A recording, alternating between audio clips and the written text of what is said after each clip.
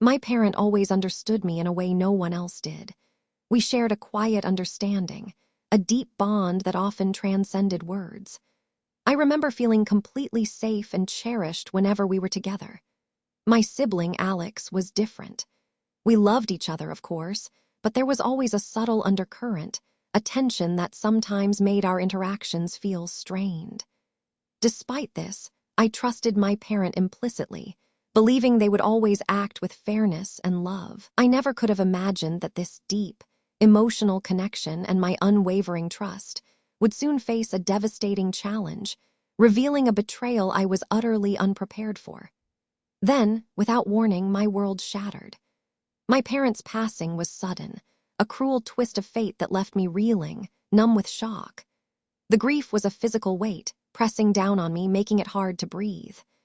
Alex and I clung to each other in those first raw days, sharing tears, sharing memories, finding a strange comfort in our shared sorrow.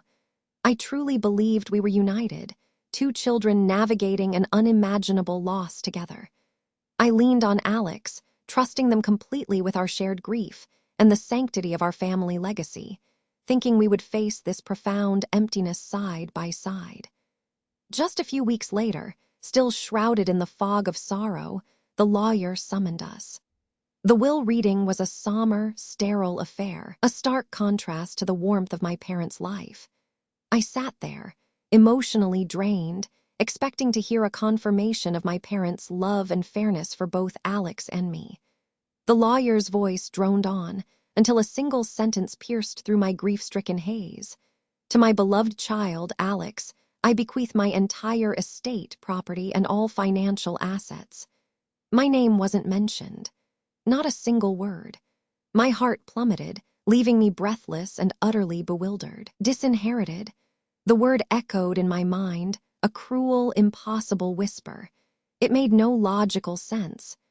My parent had always been the epitome of fairness, meticulous about ensuring both Alex and I were always cared for, always provided for equally.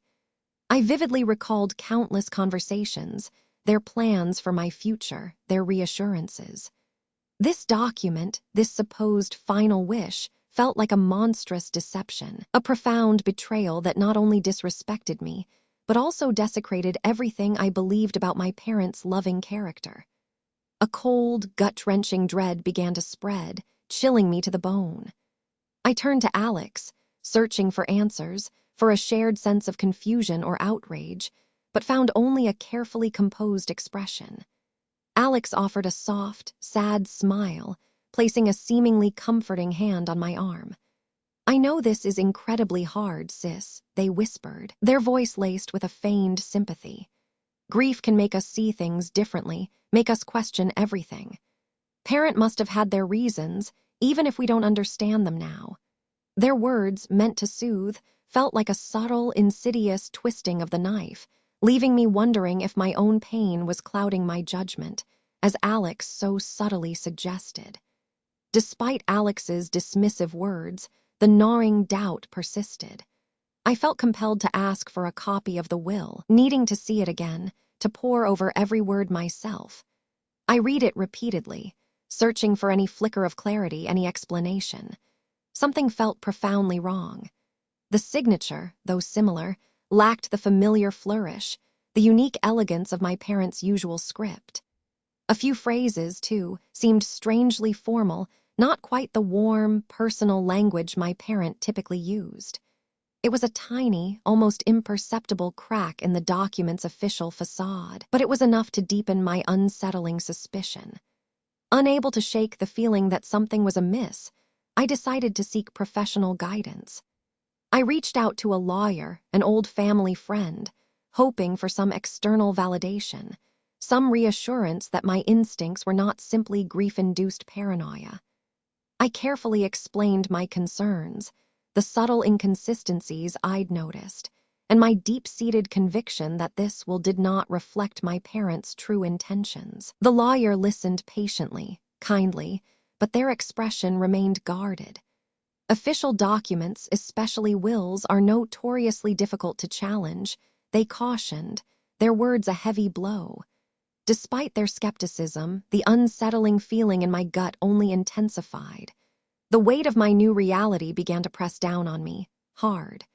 My carefully planned future seemed to evaporate, replaced by a terrifying uncertainty. My savings, once a comfortable cushion, started to dwindle at an alarming rate. Meanwhile, Alex, my own sibling, seemed to revel in their newfound wealth, making lavish plans, openly discussing renovations and investments. The stark contrast between my sudden financial destitution and Alex's brazen prosperity was a constant, brutal reminder of my loss. The profound unfairness of it all was a relentless ache in my heart, crushing my spirit day by day.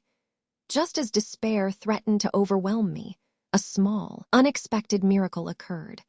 While sifting through a dusty box of old family photos and mementos, tucked away in the very bottom, I found it.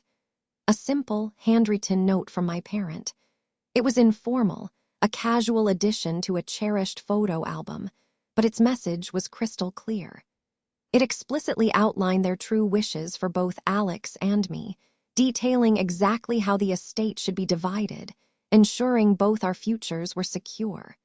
It was undeniable proof, written in their own familiar hand, speaking directly to me from beyond the grave. My parent had indeed intended for me to inherit, too. Finding that note changed everything instantly. It wasn't just my imagination, or my grief, or some paranoid delusion. It was real, tangible proof of my parents' true intentions. The truth was laid bare before me. This wasn't just about the money anymore. It was about honoring my parents' memory, about fighting for the truth and justice they deserved. I clutched the note, my hands trembling with a mix of anger and fierce resolve. I knew then, with every fiber of my being, that I would fight. I would expose Alex's monstrous treachery, clear my parents' name, and reclaim what was rightfully mine, no matter the agonizing cost. The note felt like a beacon in the dark. It gave me a new kind of strength. I knew I had to act, not just for myself, but for my parents' true wishes. I reached out to the lawyer again, this time with proof in hand. We began to look for experts, people who could truly uncover the truth. There was a quiet determination in my heart, a resolve I hadn't known I possessed. Telling other family members was harder than I thought. Aunt Carol listened, but her eyes held doubt. Uncle Mark seemed to shrink away, not wanting to choose sides. Alex had been so good at playing the grieving child, so convincing, that my words seemed to just bounce off them. My own children sensed the growing tension, their small faces mirroring my worry. The disbelief from some family members was a fresh wound. They saw me as the greedy one, the one causing trouble after such a loss. Alex's narrative, a tale of my supposed instability and ungratefulness, had taken root deep within our family. It was painful to be doubted by the very people I had shared so many memories with. My children asked me why Grandma and Grandpa were mad at us, and my heart ached. Then, the first reports from the forensic experts came in. The signature on the will was indeed manipulated. The dates were subtly altered, a careful but undeniable change. A cold wave of vindication washed over me, mixed with a profound sorrow for my parent. This wasn't just my imagination. Alex had truly done this terrible thing. It was a confirmation of my worst fears. More evidence followed. The private investigator found suspicious inconsistencies in the witness accounts. One witness had moved away suddenly, the other seemed hesitant, vague. Each new detail painted a clearer picture of Alex's meticulous fraud. The weight of this truth, the sheer audacity of it, was almost unbearable. I felt a growing resolve, knowing I was fighting for more than money. I was fighting for my parents' memory. Alex's calls became more frequent, their tone sharper. They started spreading stories, whispers about my greed and instability, even suggesting I was unhinged by grief. It hurt, a deep personal sting. My children heard things at school, questions from cousins, and it broke my heart to see them confused and upset.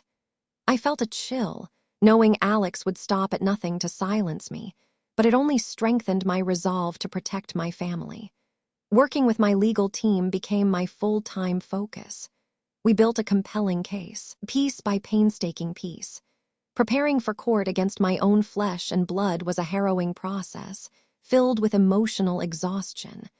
I often questioned if I was doing the right thing, but then I would think of my parents' note, their true intentions, and my determination would return. This fight was for what was right. The courtroom showdown arrived, a day I had both dreaded and yearned for. The air was thick with tension. Alex sat across the room, their face carefully composed, radiating an air of injured innocence. As my lawyer began to present our evidence, meticulously dismantling Alex's deceitful narrative, I could see the subtle shifts in Alex's demeanor, a flicker of panic in their eyes. The bewildered legal system and the few family members present began to stir, a quiet unease spreading through the room. The emotional climax came when we presented the undeniable proof, my parents' handwritten note, alongside the forensic reports. The truth was laid bare for everyone to see. Gasps rippled through the courtroom. I felt a wave of relief, a profound sadness, and a fierce pride all at once. My parents' name was cleared, their memory honored. Alex's monstrous treachery was exposed, not just to the court, but to the world.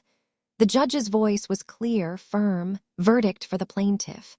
The words washed over me, a wave of relief so profound it almost buckled my knees. It was over. Justice had been served. My parents' name cleared.